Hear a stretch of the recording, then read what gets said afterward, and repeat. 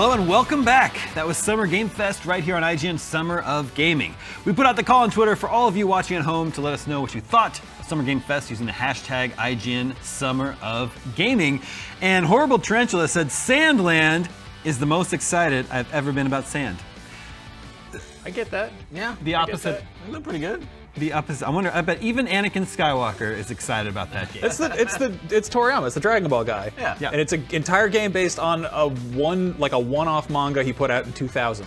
So the game will inevitably be much larger than the entirety of that comic. So what's the gist of the manga? You're a demon with a tank. Okay. Yep. That sounds like it's a a land good of sand. video game. Yeah. Well, there was so many games shown off during that show, very lengthy show. Let's talk about the big stuff. Maybe for the sake of recency bias, should we start with Final Fantasy VII Rebirth? Now we know it's coming early 2024 on 2 discs. Now even bigger. When was the last time a game was on multiple discs?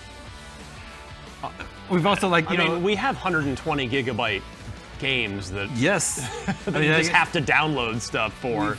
In this generation, we've reached a game that's finally too big to be on one. I feel like that's a nostalgia play. You think so? Yeah. I mean, you get games where you pop them in, there's a mandatory update because the stuff on the disc doesn't fit on the disc, but yeah.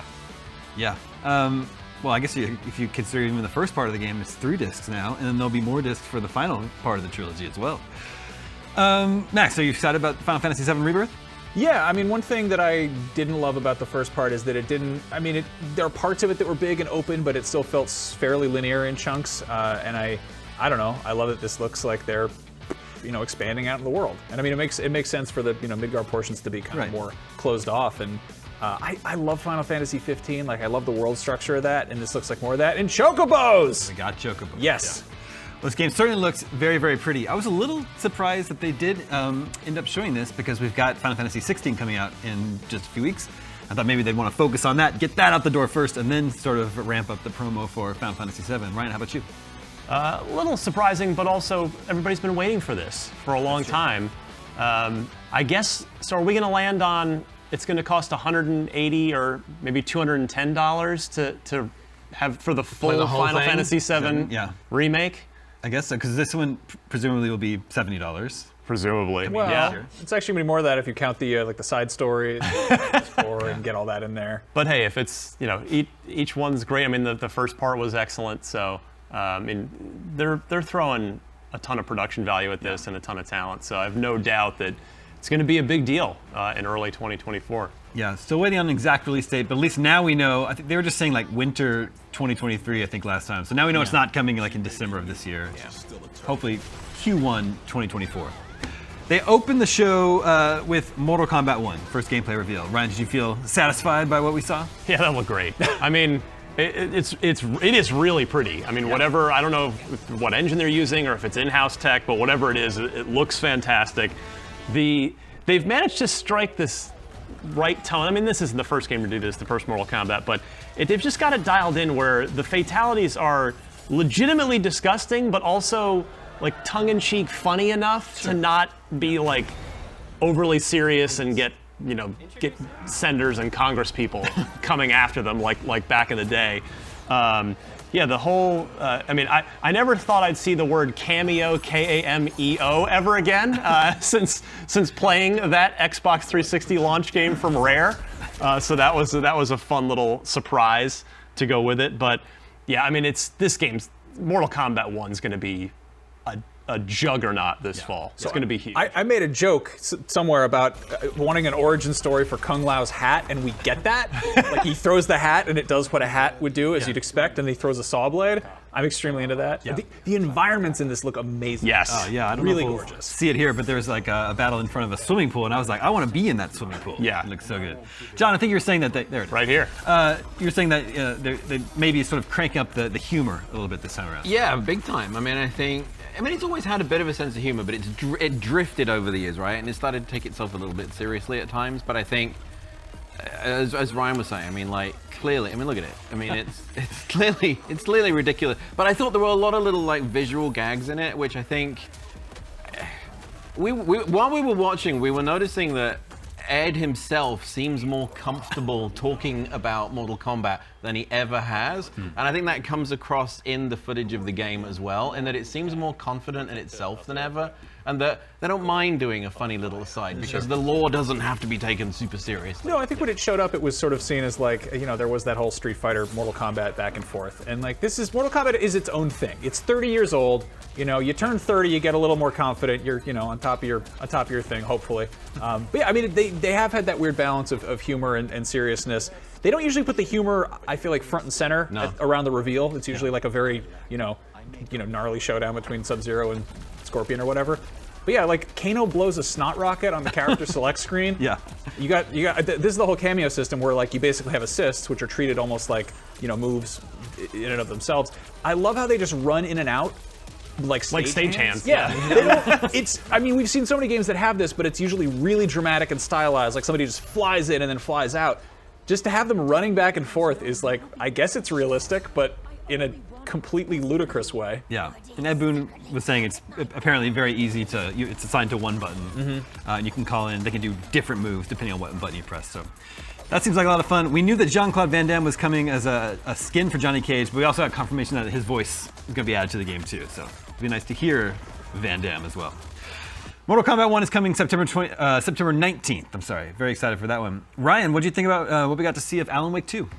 It's my pick for the game of this show. That was my favorite thing in these 2 hours. I mean, Mortal Kombat was up there for sure, but I mean, Alan Wake, as somebody, again, that I said in the pre-show, I've loved the first game since it came out for the 360, and it's kind of improbable that we're actually finally getting a sequel after all these years, and it looks phenomenal. Like, again, the tech, their in-house tech looks great, but the sort of dual storylines and when Sam came out on stage with Jeff, and it seemed like Jeff was maybe accidentally gave a plot point away there from the way about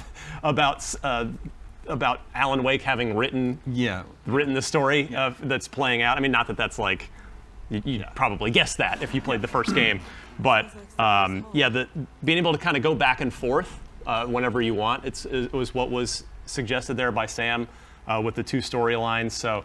And again, just diving full headfirst into survival horror. Right. Oh man. Much more so than the first game. This is. What's the name of the engine again? Northlight. It looks their in-house technology. Like really foliage looks so good. The leaves blowing on the ground. I mean, they've got some talented folks over there, and I just think, I know there's some folks out there legitimately upset that there's not a physical edition of this.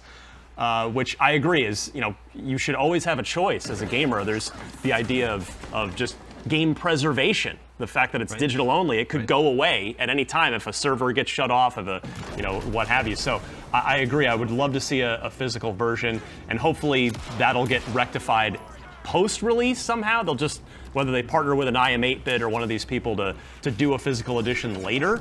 But as far as the game itself, this looks great. Yeah, I love. There's a wound system that they've implemented in the game. It seems very gruesome and gory, where you're actually shooting off parts of their clothing and revealing their insides. I like it. Gnarly. Yeah. John, what do you think about the idea that there's two playable characters now, and when you start playing Alan Wake 2, you won't be playing as Alan Wake? I think. I mean, it's not the first time we've seen games that sort of switch things up on you. Some famous ones. I think the vibe of it is great, and I think like seeing the world through another character's eyes is a really, it's sort of efficient way to do that, right? And I think, we were chatting when we saw it in the show that it has a bit of a True Detective vibe. I mean, until the giant man jumps through the wall, which I don't think happened in True Detective at all. But it has that kind of like kind of dark creepiness. They really kind of zeroed in on that, and kind of. I think the atmosphere of it strikes me as much more kind of like oppressive than the original. Like, I mean, the first one, it was, my memory of playing Alan Wake was that it was very gray. Well, it was out foggy, in the woods. Right? It was out in the woods, and it was very foggy.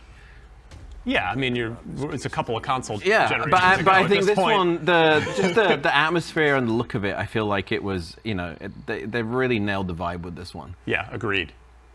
Well, one of the nicest surprises we got at the show was finally the release date for Spider-Man 2, and that's going to be October 20th, not the rumored September release date, to go up right against Starfield. Yeah, everybody at Microsoft just did a sigh of relief. Not, they're obviously apples and oranges, but Sure. it would have been Microsoft's, for now, one big fall game. I suspect Forza Motorsport's going to be added in there as well come the Xbox showcase on Sunday.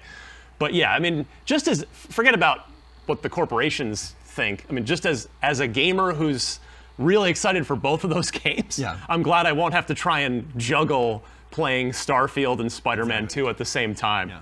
Weird takeaway from that is they said that Venom isn't Eddie Brock. Right. It's an original story. I was going to ask you who you thought it would be.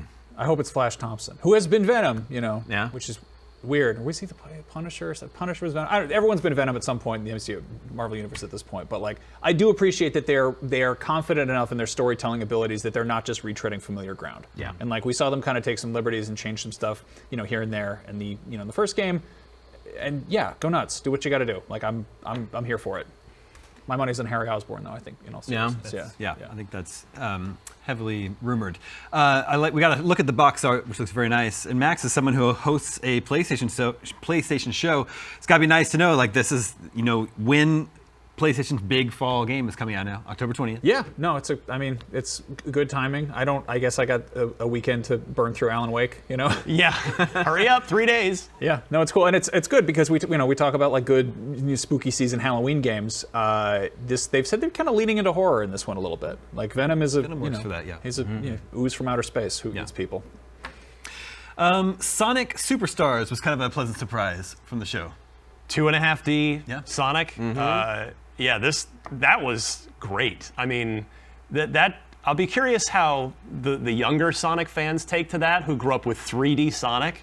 But for me, who bought a Genesis back in the day because of Sonic the Hedgehog, that just looked. I like that they're not doing. I mean, they've done the pixel art thing before, right? Yeah. So this is just like a modern visual take on the original 2D Sonic, and I mean the color palette's beautiful, the characters look great, the worlds look great, and it looks fast, and they're trying a few different little things with they give them some new moves, swimming up waterfalls, and this looks like a treat. Yeah, this looks really nice, and I'm not even a Sonic guy, but I have to admit that this looks really cool.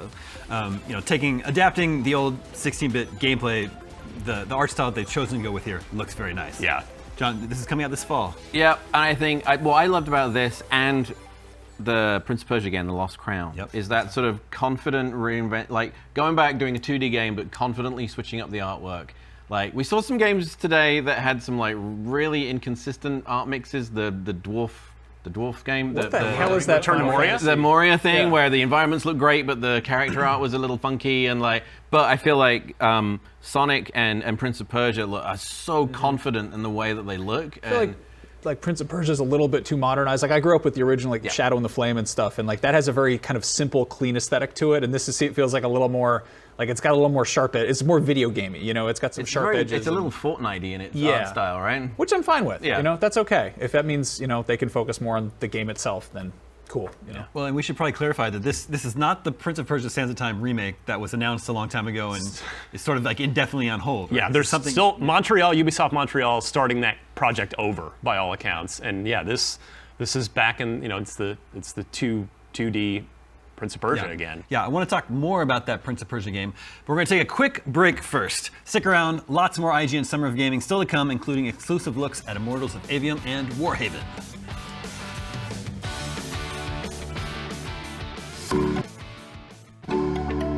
IGN Summer of Gaming is presented by Lenovo Legion with 13th gen Intel Core processors, beyond performance.